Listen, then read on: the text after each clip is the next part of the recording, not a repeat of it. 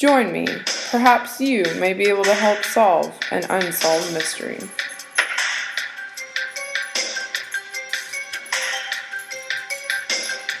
Tonight, we will explore Lincoln's assassination. We have always assumed that John Wilkes Booth shot Lincoln, but is there evidence to back up this theory? We will go behind the scenes and see who Lincoln really is and examine the true events of Lincoln's last day. Let's start by exploring his childhood. Abraham Lincoln was born on February 12, 1809. He spent his first years in a log cabin in rural Kentucky. His mother's death when he was 9 years old deeply affected him and put more tension on his already strained relationship with his father. He regarded his father as lacking ambition, as lazy, as anti-intellectual. All the things that Lincoln wanted to escape from, he saw in his father. A love of knowledge made Lincoln into an intelligent, well-spoken, and popular young man as he worked a series of odd jobs in New Salem, Illinois. Lincoln had very little formal education. He taught himself to be a lawyer and became successful. He also decided to run for president in 1860, and he was virtually unknown to the American public. He ran on the Republican ticket against John C. Breckinridge of the Southern Democratic Party, Stephen A. Douglas of the Democratic Party, and John Bell of the Constitutional Union Party. Lincoln won by a narrow margin, and he was highly supported in the North, which caused him to win the election of 1860. He became the very first Republican president and the very first president with a beard. He was elected on November 6, 1860.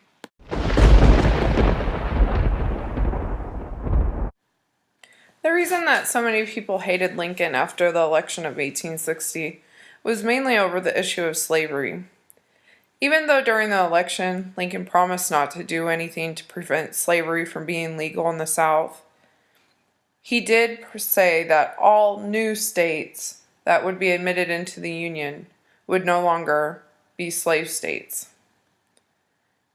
The reason the South didn't like that is because it would create a bad power struggle for them.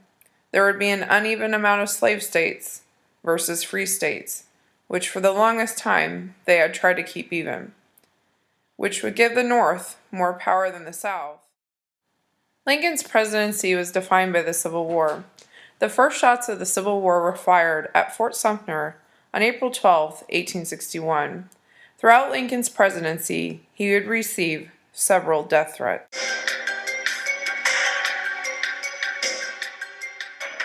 On April 14, 1865, was Lincoln's last day here on Earth. It was also Good Friday. Lincoln was not a very religious man, but his assassination on Good Friday would be a topic of conversation throughout all the churches in the United States on Easter morning. On April 14th, Lincoln woke up at about 7 a.m. It was about 50 degrees out and it was a nice day. Lincoln started his day like he did many days, by reading the Bible and relaxing for a bit. He ate breakfast at 8 a.m. with his son Robert, who was back from the Civil War. He also ate with his wife Mary and his son Tad. Lincoln ate a single boiled egg like he does for most breakfast periods. By 9 a.m., Lincoln was sitting at his desk, and John Wilkes Booth was saying goodbye to his fiancée. Mary, Lincoln's wife, had gotten tickets to see Aladdin, or Our American Cousin, at the Ford's Theater. Mary decided to attend Our American Cousin, which is a comedy. Lincoln had a cabinet meeting that day and went to the War Department as well. Lincoln mentioned to a friend that he was going to see a play that night, and the friend told him he should not go because of all the assassination rumors. By 10:30 a.m., Ford's Theater was informed that Lincoln will be attending their show. The news of the president attending the play gets all over town because the theater wanted to have a night where their show was sold out. The manager of the theater even bragged about Lincoln's attendance to John Wilkes Booth. John Wilkes Booth is known by a lot of people because he's a famous actor, and he acted at Ford's Theater several times. John Wilkes Booth goes into Ford's Theater that day and takes a tour of the theater, and he actually practices out how he's going to kill the president during the play and plans an escape route. Lincoln had a cabinet meeting that day that lasted for an hour and 30 minutes.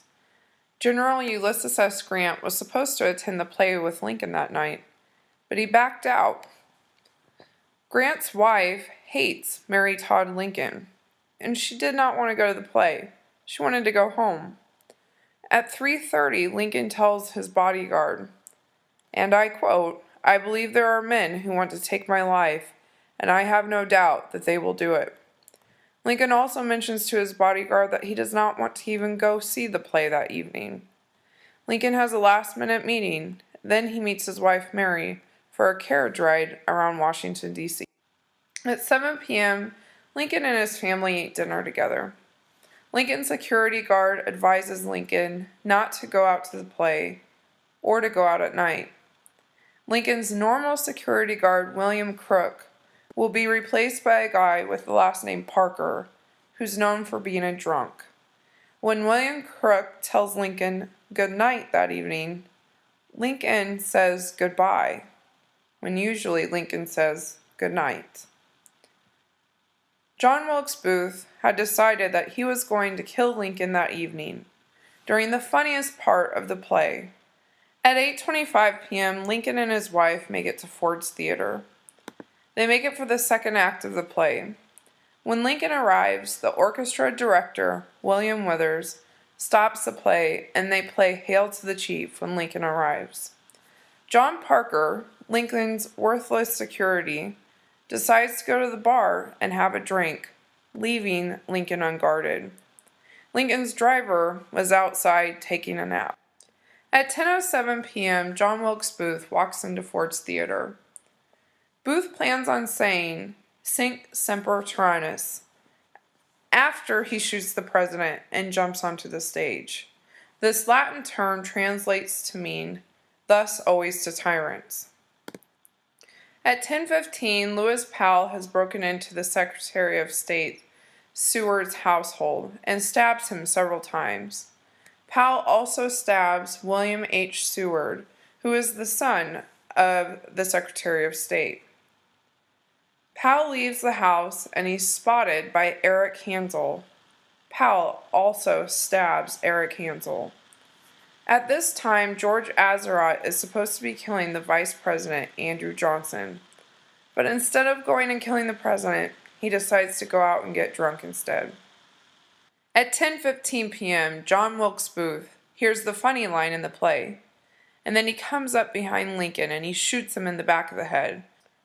The bullet makes it 7.5 inches into Lincoln's skull.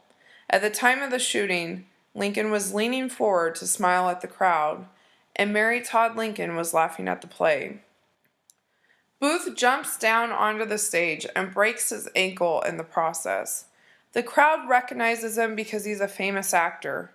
Booth kind of stumbles around and he yells out, "Freedom!" He yells out this instead of his planned line. No one in the audience really knows what's going on, and they think that this is all part of the play. Booth stumbles around and says, "The South shall be free," and then he tries to escape.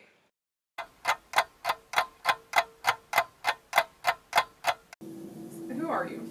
My name is Ella Ray. What were you doing on the night of April 14th, 1865? I was watching Our American Cousin. Did you see John Wilkes Booth during the play?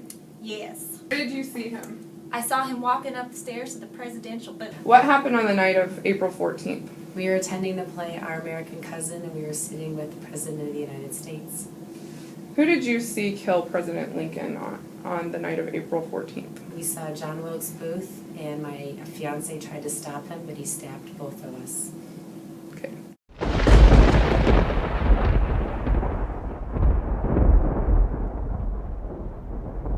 State your name for the record. William Withers. How are you involved in Our American Cousin? I'm the orchestra director. Did you see John Wilkes Booth the night of August 14th, 1865? Yes, I did. What was he doing? Well, I looked up into the balcony and noticed that President Lincoln was slumped over his chair, and I saw John Wilkes Booth shoot him, and then I saw John Wilkes Booth jump off the balcony onto the stage. As I started to chase him to get him before he left the theater, he stabbed me and then ran out the back door. Now that you have a play-by-play of how Lincoln's last day went, you are going to collect evidence from this day and start to ask questions as an investigator would. What evidence do we have so far that Booth was a killer that is presented in this story? What evidence do we have so far that there was more than one person who was involved in this assassination? What's the real story here? Can you help solve this unsolved mystery?